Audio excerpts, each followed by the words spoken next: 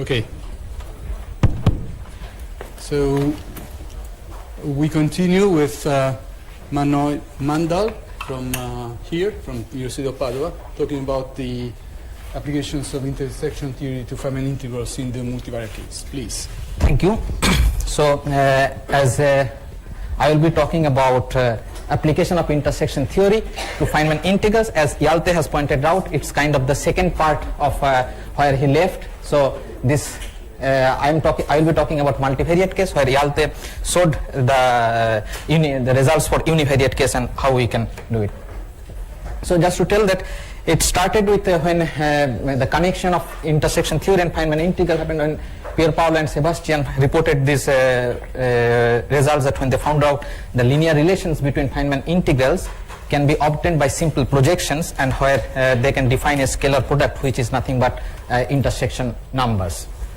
And then we extended to many applications through Feynman integrals on maximally cut Feynman integrals which have unifold representations, and checked this idea extensively as well as for differential equations, also dimensional recurrence relations. And very recently we reported this paper where we showed that a full decomposition of the Feynman integral to all of its masters, the full, not on the maximal cut, the full decomposition of Feynman integral can be obtained where we used multivariate intersection numbers. So I will show you I will start with just reminding us again that what we are doing a bit, and then quickly go to the multivariate case. So the integrals, what we are interested, we are hearing it again and again, that integral is just we want integral of u phi, u times phi, where u is the multi-valued function and phi is the single-valued differential form, and also u vanishes on the boundary. And in the cases where we have studied here in the Feynman integral, we specifically use Bikov representation where it is automatically satisfied. And this phi is basically a representative of this two-state co-cycle, and this also in the mathematics literature one can tell as two-state cycle. And then thanks to Aomoto, Kita, and also all other Japanese mathematicians, that this integral was understood as the pairing between this cycle and the co-cycle. And and at the same time one can define with a dual of this two-state co-cycle and also a dual of the two-state cycle, and which I show you in this a cartoon here, where I define that there is a two-state cohomology group, and phi L is the representative of this group which is the two-state co-cycle. Similarly, one can have a dual two-state cohomology group, and I say phi R is the representative of this dual cohomology group, and their pairing is the intersection number. Similarly, one can also pair between the two-state co-cycle and the cycle to get the integral, and also one can define intersection number between the cycles and also between cycle and dual cycle and dual form to define a dual integral. And all of them are related by this Riemann two-state period relation, which Pierpaolo also mentioned in his first yesterday's talk, that also this can was found out by Cho and Matsumoto, and this can help to find quadratic relations between integrals, which probably also Stefano will touch upon tomorrow on these quadratic relations. However, in my talk I will be mostly talking about this part, the integral and the intersection number between twisted forms. So I just remind you again that our algorithm for this decomposition, which Hjalte showed yesterday, that thinking about univariate case, so that we have an integral where with is again u phi, which is basically the pairing of phi and c. Only thing is that u is a function of single variable z, and phi is also a single variable of z. And then we determine the number of masters, and we know that number of master is the dimension of this two-state cohomology group, and which can be also shown to that boils down to the number of solutions of omega equal to 0. And once we know the number of master integrals, then any integral in that space can be written as a linear combination of master integrals, and where master integral can be represented as the pairing between the contour and master forms in that cohomology group. So you can see like that as the C remains constant, if, in the cases of Feynman integrals, what we are looking for, as Sebastian also pointed out, that we do not play with the C, we just go for the one row. So basically one can look, what we are looking for, the decomposition of two-state forms, in any two-state form in terms of the master forms. So then you choose basis, and in case of choice of basis, you can use monomial or D-log basis. And once you have the base forms, then you can define the metric matrix, which is nothing but the pairing between these two basis forms. And then what yesterday you have seen it also, that this is our master decomposition formula, which tells that any two-state form can be decomposed in terms of the master forms having this coefficient. But now here, if I pair it with the contour C, then I get the integral I here, and here the master integrals. So then we can quickly identify the Ci, which was my goal to determine them by this quantity. And this is the entries of this are nothing but some intersection numbers combination. And as I said that these are all univariate, so this boils down to univariate intersection numbers, and we know how to compute univariate intersection numbers. This is nothing but univariate intersection number between two-state forms is sum over the residue over this psi and phi r, which is the two rational function, where psi is the unique solution of this differential equation. And now the question is, what happens when you go for the multivariate case? Let's see the algorithm, what it happens, that now the integral is not a function of one variable, it's a function of more variables, and then we determine the number of masters, which I will come again. But then again, any integral can be written in terms of masters. This remains same. Only difference is that now earlier they were univariate function, now they are multivariate function. Once we choose basis, then one can define the metric matrix, and the master decomposition formula remains same. The difference is here that where this is again identified as C, the undetermined coefficient, which we are after. And here all these entries are now multivariate intersection number.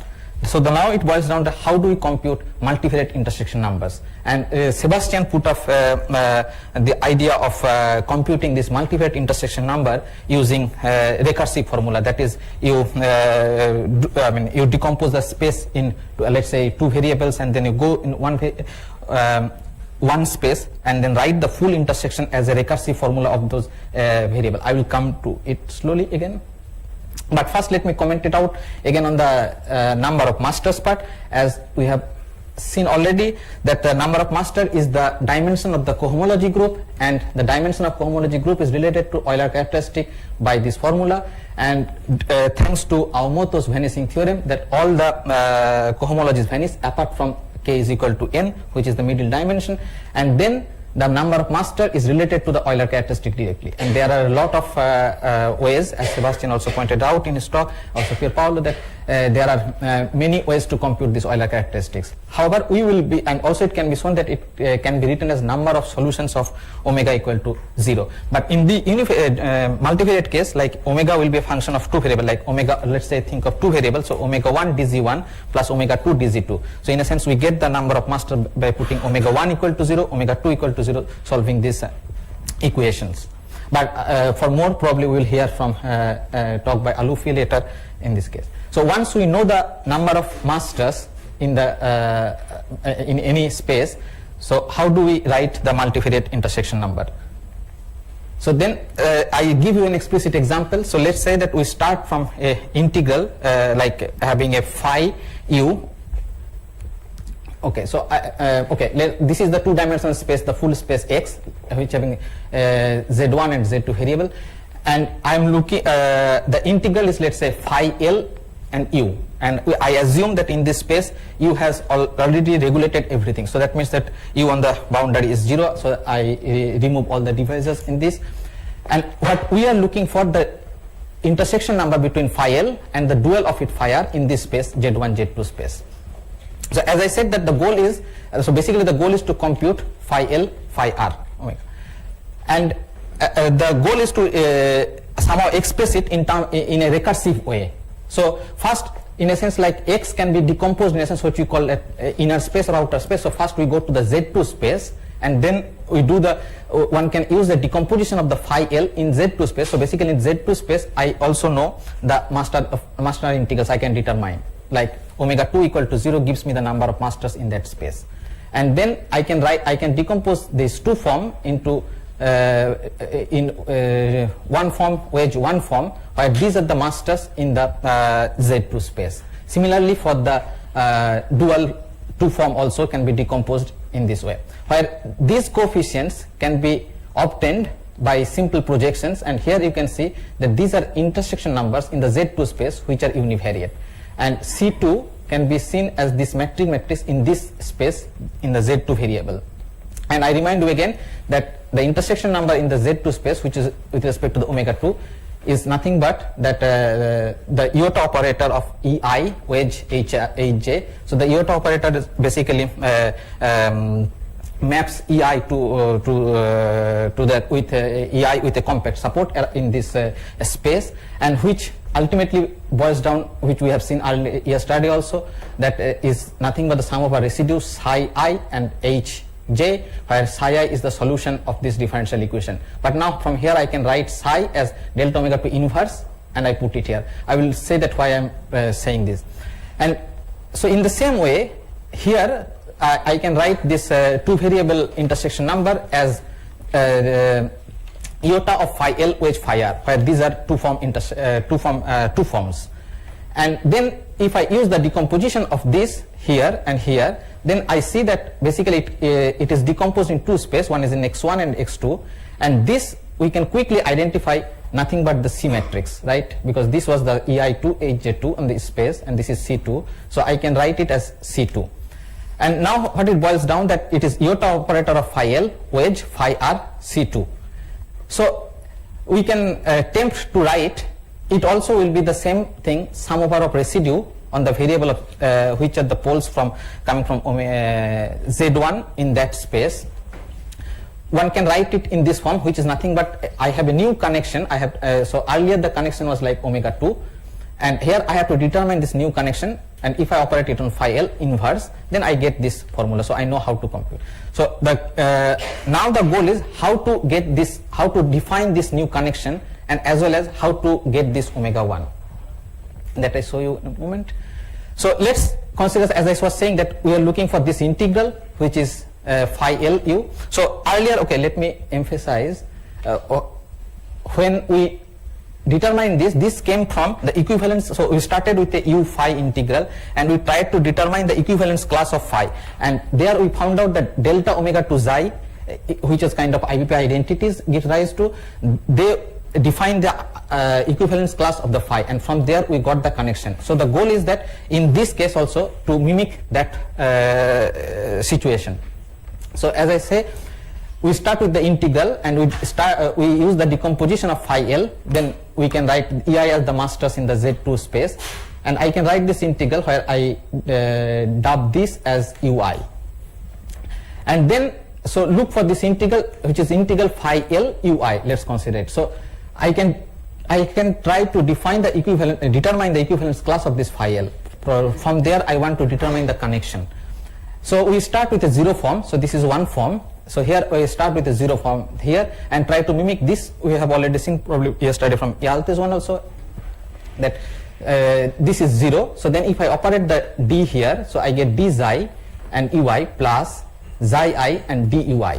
And dui, so basically I can write a differential equation for like ui here with this, with omega 1, and if I plug dui here and if I plug delta ij here, then this becomes uj, and I can take out uj. So then you can see that I can determine an operator here, delta omega 1, which is the new connection here, which gives rise to 0, and the operator is now d delta ij plus omega 1 ij. In the case of univariate, it was d plus simple omega 1, and now it becomes a matrix. And now the question is, once I have the connection, so the thing is that how to determine this omega 1. So what we do, so let's operate, so omega 1 can be obtained, as we know that it is a differential equation. In this space we can determine it by intersection. So I show it explicitly like dui, I can take the ui explicitly and operate the d, but remember this d is with respect to the variable z1. And then I operate dei, and the u is here, and du, and I take the common u, so it becomes d log u wedge ei. And there you can identify this as the small omega 1, which is nothing but the dz1 of log u, means derivative of the log u with respect to the z1. then I can see that it is becomes d plus omega 1 wedge ei2 u. And now I can consider it as this is u and this is phi, so I can try to determine how it will look in the Z2 space where the masters are this. And then quickly you understand this is the master decomposition formula of this form d plus omega 1 ei, hj and C2 inverse, which can be identified as omega. So now we know what is the omega, we can plug it here, and then we know the connection, and then we can write what is the two variable intersection number. I show you in this slide again that the two variable intersection number then can be defined as the residue of the Z1, and this P are the poles of this capital omega 1, and then I can write it as operator nabla omega 1 inverse phi Li, which was the coefficient after the projection, phi Rj C2ij. And now if you closely look, I can plug in the decomposition of phi R. Phi R decomposition has a C2 inverse, and then you can see the C2 inverse and C2 will cancel, so only this part, just to emphasize, this part ei2 phi R only remains. So the formula becomes formula takes a look like this: residue of Z1 is nabla omega 1 inverse phi Li1 and a intersection number, where it can be also written as in terms of psi, as we have seen also in univariate case, like this, where psi solves this differential equation explicitly. So now we know that how a two variable intersection number looks like. In the similar way, one can write the n variable intersection just by employing this, like recursively decomposing the space in n minus 1 into 1 like this. So I quickly go through now the n minus 1 case, n form case intersection number. So here I assume that the n form can be decomposed into n minus 1 form, wedge 1 form, and I assume that this n minus 1 form is completely known to me. So so this again the phi Ln like earlier, and when I say that I know the n minus 1, what we know exactly, I know the number of masters, the dimension of the cohomology group in that space, and I also know the master basis in that space, and then I can determine also the metric matrix between them, that is I am able to evaluate n minus 1 form intersection number there. So once these are known, so then phi, so I can determine these coefficients by just simple projections, and you see that all of them are n minus 1 form intersections, so I can determine this. And as now here is a change from the earlier formula. So now you can say that why we did that. So earlier when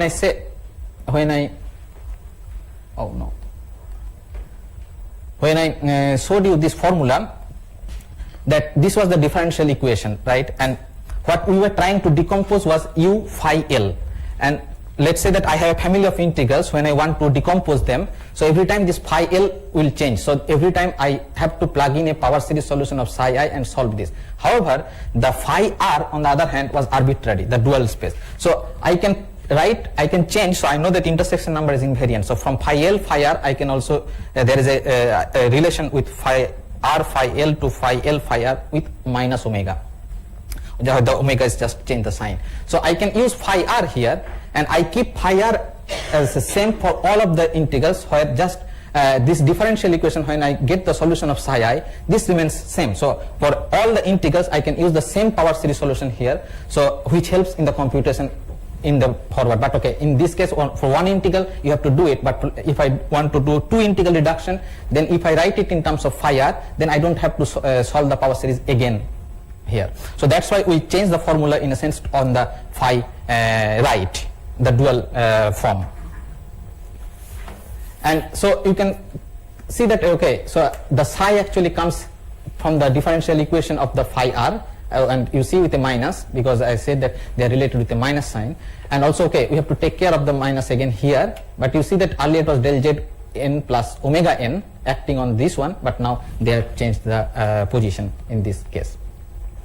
And this is the formula with which you can compute the n form, because then you can do a recursive, like you take the n minus 1 form and you assume that it can be decomposed into n minus 2 and 1, n minus 3 and 1 again. So this way until you reach the 0 form, just the plain functions, and then you can get down, then you can again get back to your n form intersection numbers. So these are the main formulas to show that how one can compute the n-form intersection number. But in our, it can be also written in many ways, like we saw that basically it can also look like this, where using the properties of linearity of residues, it can be shown that it looks like this. But okay, I'm not going into the detail of this. Let's see some examples now. So let's see that we know that how to compute the multivariate intersection numbers, then how, when we apply from a Feynman integral, how it goes. So I will show you an example, let's say for example the one loop massless box. So we use, as I said, the Bykov representation of the Feynman integral. So we take the, this is a massless box with the propagators Z1, Z2, Z3, Z4. Okay, these are usual k, k plus p1, k plus p1 plus p2, k plus p1 plus p2 plus p3. Then you can obtain the Bykov polynomial of this, as Hjalte has already showed the formulas. I am not going to, so I will just say that this is the uz. Now you can see this is a function of Z1, Z2, Z3 and Z4. So it's a 4 variable is there.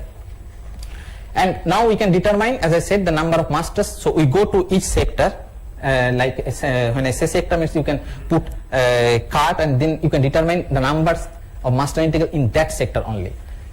And then you see that there are basically 3 masters which you can choose as the box and these 2 bubble S and S channel and T channel bubble. So your integral decomposition says that any integral can be any integral like this box with different powers of propagators can be written in terms of box and these 2 bubbles with these undetermined coefficients. And now we have to determine this C1, C2, C3. As I said that as we already know that this comes from the master decomposition formula as we have seen earlier. However, the only difference is that we compute multivariate intersection number. And one thing to point it out, like I can use the cart 1, 2, 3, 4 so that only this remains, and then I determine C1, and similarly for 1, 3, 2, 3. But however, we see that if we determine only 1, 3 and 2, 3 cart, then C1 is already determined from both of them. So in a sense, like which is called a spanning set of cart, or like this, that you determine the minimal number of carts which I have to operate on this equation to get all the coefficients. So in a sense here we see that there are basically 2 carts are needed to compute all these undetermined coefficients. So let's check. So our goal is, let's say, that to reduce this integral which having 2 dots, 2 higher power of propagators here. So first we say, as I said, that we look what happens at the cart 1, 3 when I put Z1 and Z3 cart.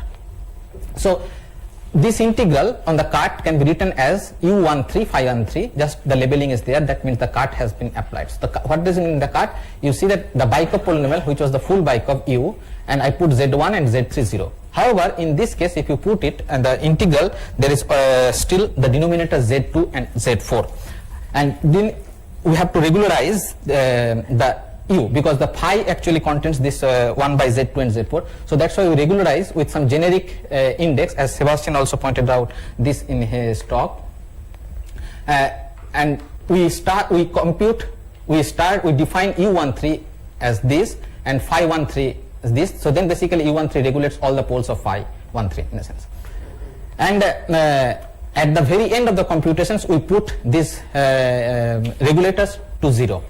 So it goes like this. So the first thing is that you have to determine the number of masters. So in this case, as we can either first do the intersection in Z2 space and then Z4 space, or we can do otherwise also. In this case, we determine that, let's say, first you do in Z4, that is when you have, these are variable of Z2 and Z4. So your omega, when you determine, it's omega 2 and omega 4. So omega 4 equal to 0 gives me 2 solutions, which boils down to 2 masters in this space. And then also we can see omega 2 and omega 4 both equal to 0 gives me 2 master integrals, which goes with our observation.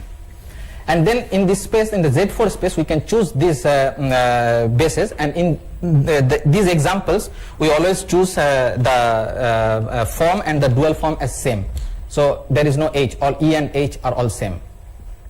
And we choose basis here like this, and here these masters are connected to this. 1 by Z2, Z4 connects to the box, and 1 connects to the bubble. So, and then C1 and C2 from the master decomposition looks like the combination of these two intersection one intersection matrix and both intersection matrix, and these are two form intersections, and they can be done using those formulas, and once you plug in all the intersection numbers, then you get this coefficient, and one can check with many publicly available codes, IVP codes, that they agrees. Similarly, there is we can go for the CART24, and in this case also we go like same, so that we define the integral u to u and phi, and then again we regularize u by putting, because then here z1 and z3 remains as denominator, so we put regulators on z1 and z3, and we determine for this integral what is my phi. So then the integral becomes u phi, and this is a two form intersection. We again go like this, so we first do the integration in z3 space and then the z1 space, and we choose this as base forms in the z3 space, and then these forms corresponds to the master integrals in this space, and then again these coefficients can be determined by this combination of this intersection matrix. Here one thing, it also solves a purpose that it can be checked that you get C1 from the CART24, and also you get C1 from here. They both should remain same, kind of like cross check of what you are doing is makes sense or not. So that means that any integral, like one loop integral, so you give me any power, it can be completely decomposed. I can determine all these coefficients by multivariate intersection numbers. But so not only that, we can also determine the differential equation of the massless box also. So the differential equation looks like the differential of this box can be written as again the sum of these master integrals, where this box is the bicurve with a prefactor, but now as we are taking derivative with respect to s, so we have to be careful with the prefactor, where k is just a prefactor of s and t. And similarly, as I have already explained, that there are two cards which is able to determine all these coefficients a1, a2 and a3. So we do the same exercise here with at first CART13. So then delta s of the box on the CART13 is nothing but like this. Only change will be u13 will be same. Only thing is that phi will change this time. As you can see, phi 13 is now f by z to z4, where f can be identified as this. Earlier only phi was omega 1 by z2 square. And then you go exactly the same procedure. You go in the z4 space and you find it out the number of masters. You find it out the base forms there. Then you compute all the necessary intersection numbers, C1 and the projections and these. And then you come to the z2 space and complete all the intersection numbers. As I said that, I mean, these can be written as recursively intersection numbers in this Z4 space. And then A1 and A2 can be identified as the combination of these two intersection matrix, and then we can, after putting, I must mention that after putting the row 2 and row 4 to 0, we obtain these numbers here, and they can be also easily verified. Similarly for CART24, I will show it again, but the procedure is same, that we determine the we determine on the CART24 these coefficients A1 and A3, which A3 was undetermined and A1 can be compared with the other 1, 3, and we see that it is same. So now we obtain the one loop, at least one example we set one loop, that when we obtain the full decomposition of any integral as well as the differential equation. Now let's see what happens at two loop cases. So recently we managed to obtain this the reductions for, let's say, two loop non-planar massless triangle. Everything is massless here. So P1 square and P2 square is 0, P1, P2 is by 2, and these are the denominators, and here there is only one ISP which we take as K2 plus P1 square. And here you can see there are 5 master integrals. One can determine them sector by sector there, and we choose the masters as these 5 integrals. So now one can say like any integral can be written as the linear combination of these master integrals. So our goal is to determine now this C1, C2, C3, C4 and C5. And again here we can see quickly that basically I need 4 spanning set of cards to determine all these coefficients. This one is not needed because any of them, this will survive, and I can always get C1 for all of these, at least for these 4 cards. So I go one by one again. So first I do the card 1, 3, 4, 6. So now you can see like this is the integral which you want to reduce, like with Z7 here in the numerator, and then this integral on this card can be defined as U1346 51346, where U1346 and there 1346 in a sense when you cut it in the Bicop representation, in a sense they put to 0, so the only remaining is Z2 and Z5. So you regulate those things from phi and you regulate the U in this sense, putting the regulators here, and then we determine what is your phi for this equation, which is easy, Z7 by Z2 Z5, we can very easily quickly see. So then this is a 3-form intersection. You can see that there are 3 variables, and then we do it first Z2, and then in a sense like that space is decomposed in a sense first Z2, then Z5 and Z7, and we choose the basis. So in the internally, like as the say that the form and dual forms at the moment we keep same, so there we do not choose dual form separately, we keep E1 and H1, E and H both same, and this can be identified as this integral, and this basis can be identified as this integral, and then C1 and C2 is from the master decomposition is like can be expressed as the combination of these 2 intersection matrix, and these are 3-form intersection numbers. We determine them using the formula as I described, and then one obtain this number after putting row 2 and row 5 to 0, and then we can determine C1, C2. Similarly for 2, 3, 4, 5 cut also, only the change is the integral, because one has to every time change the regulator, properly regulated, and the phi. This is also 3-form intersection, and you see the number of masters is 2, 2, 2 in every label, and we choose the basis like this, and then we can determine also C1 and C3 using the 3-form intersection. And going back to coming down to 1, 3, 5 cut, now it becomes a bit more, it's 4 variable intersection now, and it goes in the same way. We choose forms and every label, we choose the basis form in every label, we determine the number of masters, and the number of masters in this case is like first is 2, then 3, and then ultimately boiling down 2. So this agrees with this observation. Similarly for cut 2, 4, 6, this is also 4-form intersection. We show it here, and we obtain the C1 and C5 correctly, which can be related to which can be checked with any public codes. So in a sense, with these 2 examples, I show you like at least 1 loop example and a 2 loop example how one can get the full decomposition, and also I show you that even till 4 variable intersection numbers one can compute, and they can be used to determine these coefficients.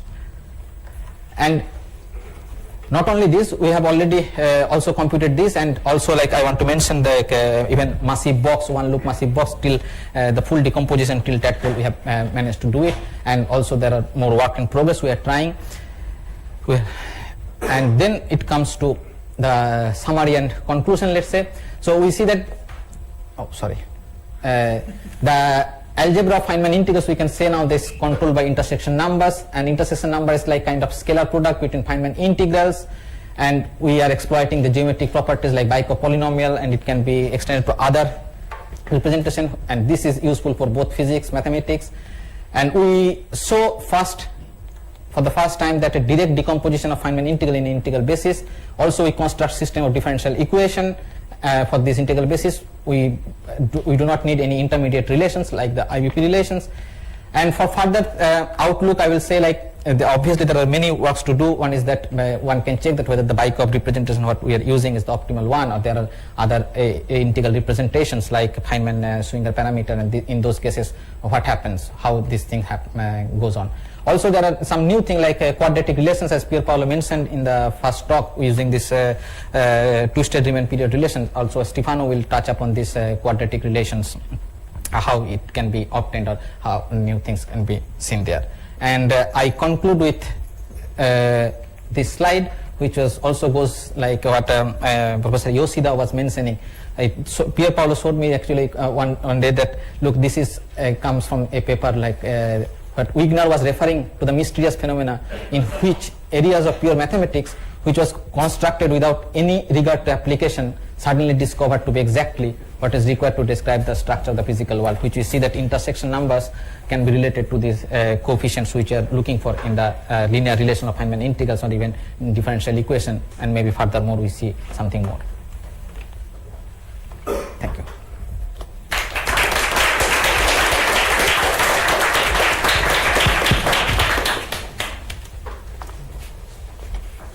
Hello. Yes. Okay.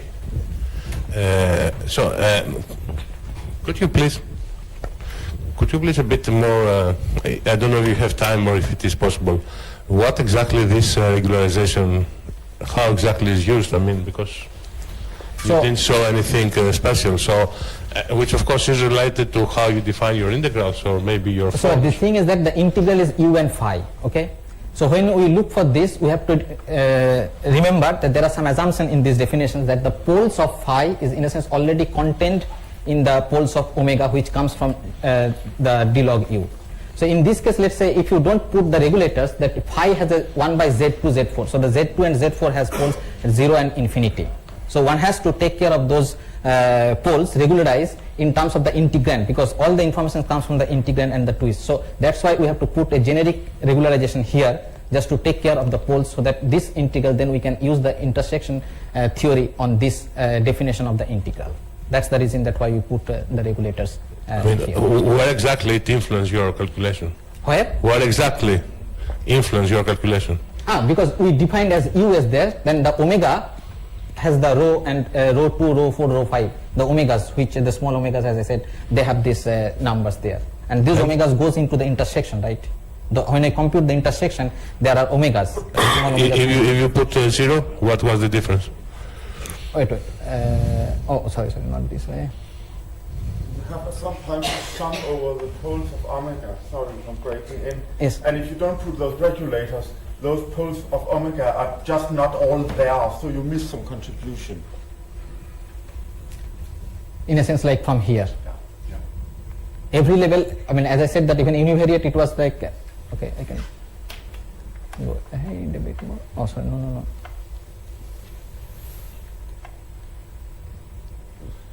Okay, it's a bit confusing. Maybe we can discuss. So like here you see that we integrate over the poles, and these poles comes from the omegas, right? So if they don't have the correct all the poles there, then we'll miss some contribution, as Yalte is saying also. Okay.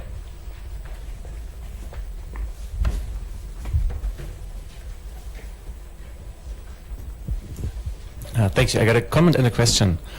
So the comment is regarding these extra regulators. So I was thinking if you introduce these regulators anyway to do the computation in these cases, then instead of throwing them away, you could just keep them, and then you have a symbolic reduction for arbitrary powers in one step, right? You don't have to do any recalculation. That was just the comment. The question was, the key step here is exactly on the upper left corner of this board, right? When you decompose your integrands into forms in the fiber and on the base. Yes. So I would assume, so I know what happens in a case that's called linearly reducible, right? And then you know you can find a d-log basis in each fiber. So are you using such a kind of decomposition, or how do you choose this step? So, I mean, mathematically, I think Sebastian tell more like how when this decomposition can happen or not. But at the moment, I will say like we do by experiment. I mean, we choose like at the moment. Okay, is your question that how we determine this? This decomposition of the space, that which space I choose here first and this thing. Okay, this we determine at the moment, like if I go here, let's say for example, okay, this example is like we determine, so let's say first we assume that Z4 is the fiber, and then we determine the number of masters there, and we determine the masters here.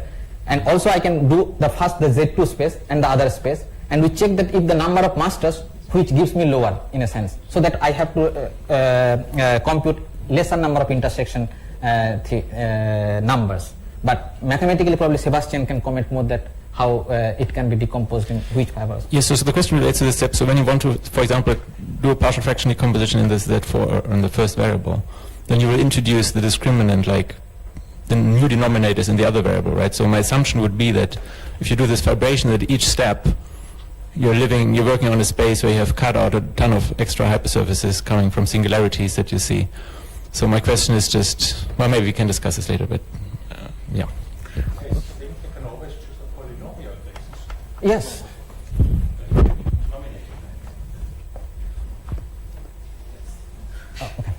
Okay, are there any more questions?